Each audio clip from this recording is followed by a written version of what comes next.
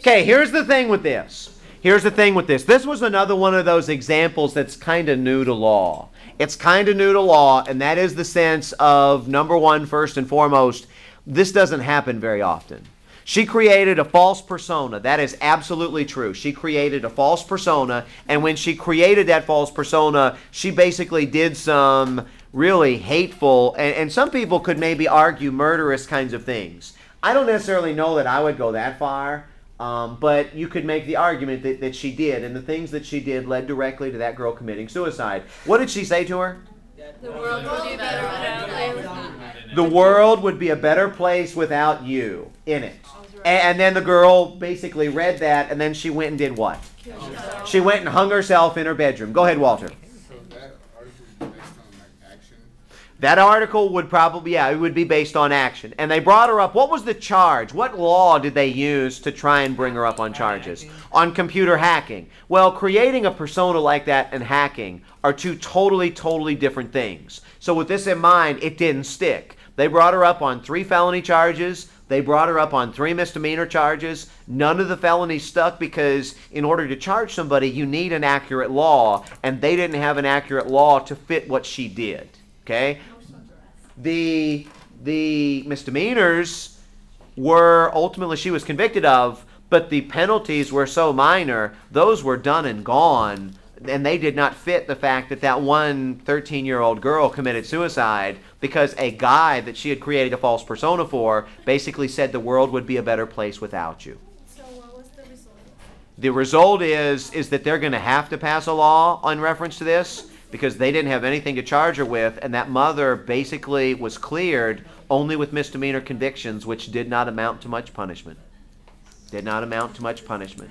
Yes. And plus, she didn't like directly say, "Go kill yourself." She kind of like. And see, that's just it, because we were talking about this in several classes as well. I had made the remark to you: did she threaten her? Did she say, "I'm going to kill you"? Did she say, "Go kill yourself"? And the example I used in class was, Anais, if I would tell you to go jump off a cliff, and you did it, should I be punished because you jumped off a cliff when I said go do it? See, that's just it. I don't know if I should. Now, somebody, Whit, it might have been you. Were you the one, Whit, that said that you knew of somebody that was dating a guy, and the guy, yeah, told her to kill herself, and there was a gun, and that wasn't you? No. Somebody used the example. Yeah. No, I don't. No, I thought it was you that said, it was me that brought it up. Somebody brought up this thing, maybe it was in the 9 o'clock class on Monday, Wednesday. Go ahead. You remember, what was the example? Something like her friend like killed herself because her boyfriend told her to, like after they got into a fight. It was something really weird. Yeah, it had something to do with the gun, and I don't know. Again, with this, it might be more of a reflection of the individual than it is a reflection of what the person said, and that's why it's hard. That's why it's hard to deal with this. Go ahead.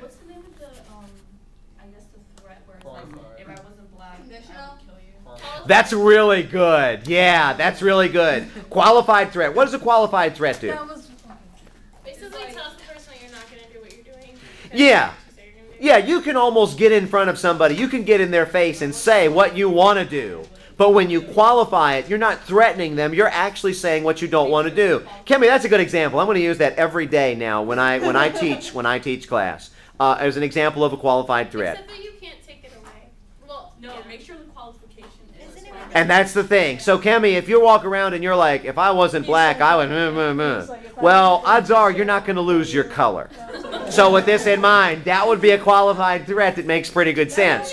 If I said, if I wasn't wearing a black houndstooth shirt, I would, well, you know, I'm not going to be wearing this shirt forever. And if you remove the qualification, while it might be a qualified threat today, as soon as I'm not wearing that shirt, now it's perfectly much a threat, and I could be brought up on charges on that. The person you threatened tried to do it so that the qualification wasn't real anymore. Like if they took your shit away from you. Wow. Like, can that happen? See, now a good example of that would be if you went up to somebody and you said, you know, if you weren't wearing those glasses, I would bust your face. And then they took off the glasses. They're almost like egging you to do it. But is that illegal then? For our test purposes, don't worry about that. But them taking the initiative on something like that, it escalates it, so that would be kind of an interesting thing there. Depends on the judge. Go ahead, Kevin. I know what affirmative action is, but how do you define it? Affirmative action. How would y'all define affirmative action? Giving minorities a shot at a job. Giving minorities a shot at a job. Wow, that's what affirmative action is. Basically, right? There was a case, and I don't know if y'all have heard about this. What's that? Michigan, the law. I wasn't thinking it was Michigan, but actually there's a real current one. No, it wasn't California. It was up in the Northeast. It was the firefighters. Yeah, Connecticut. I don't know if you heard about this, but basically what they did in the city gave white, black, and Hispanic folks that were interested in getting a job with the fire department a qualification exam. Yeah, it was dealing more specifically with some promotions, also dealing with some hiring. And evidently, one of the guys that did this was a white guy, dyslexic. He, I think, quit a part-time job in order to specifically study for this exam. He took classes. He spent a lot of time on this, and he passed the exam. He really earned and wanted the job. Problem was that when they gave this out, they gave out this exam, not a single black American passed it. At least one Hispanic did, but no black Americans passed it. So there was a case here. Now, when you think about this, okay, E.T., let me come to you. All right, let's say that you hear that the city gave a qualification test and not a single black male or female passed it. What's your first reaction to that? I would think they force-failed them. What's that? I would think that they force-failed. You think there's maybe something here that's a little bit questionable. So if you were one of the black guys, for instance, that failed this, what would your course of action likely be? Start a petition against. Okay, start a petition. I heard maybe sue. Makes pretty good sense. And you would sue because this is discrimination. This was an unfair test, and it punished me on the basis of my color, for example. Now, let's say hypothetically you're the white guy that studied and was dyslexic. Kemi, you're shaking your head. What would his course of action be if E.T. sued and won and they threw that test out? I would sue. Why? Because I worked really hard to, there's a lot of, I have a disability. And Right. I worked really hard and spent a lot of time on it. So for them to just sort of be like, okay, we're disregarding it. But doesn't affirmative action affect people with disabilities as much as they do it? See, this is where it gets tough because it was not considered a racist test until everybody failed it. And then they're like, oh my God, we've discriminated. So the city is like, in order to avoid getting sued because of affirmative action issues, we're going to throw out the test. But what ends up happening is you discriminate against the people, the white and Hispanic passers, if you will, because they took the test, they passed the test, and now it's being totally disregarded. So if you're the city, if you throw it out, you're going to get sued. If you allow it, you're going to get sued. So you have no choice in this matter, and it's going to the Supreme Court now for a statement on this. Affirmative action is basically trying to undo previous wrongs by making, to a certain extent, color or some specific characteristic that's going to be more of the basis for your decision. So, for example, in this instance, in order to avoid what would be considered discrimination against the black applicants and the black testers, because every single one of them failed that particular test, they would throw out the test because they'd say, well, if they're the only group that everybody failed, then this is a problem with the test. Others would say, no.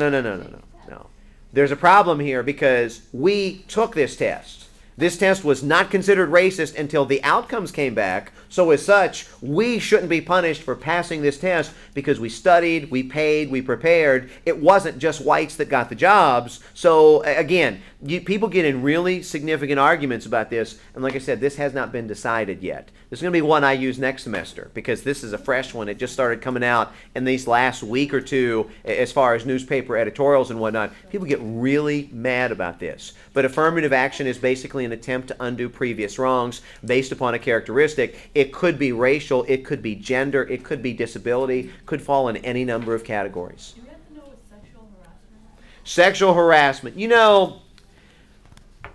That was one of the study questions, right? Yeah. Read that one over.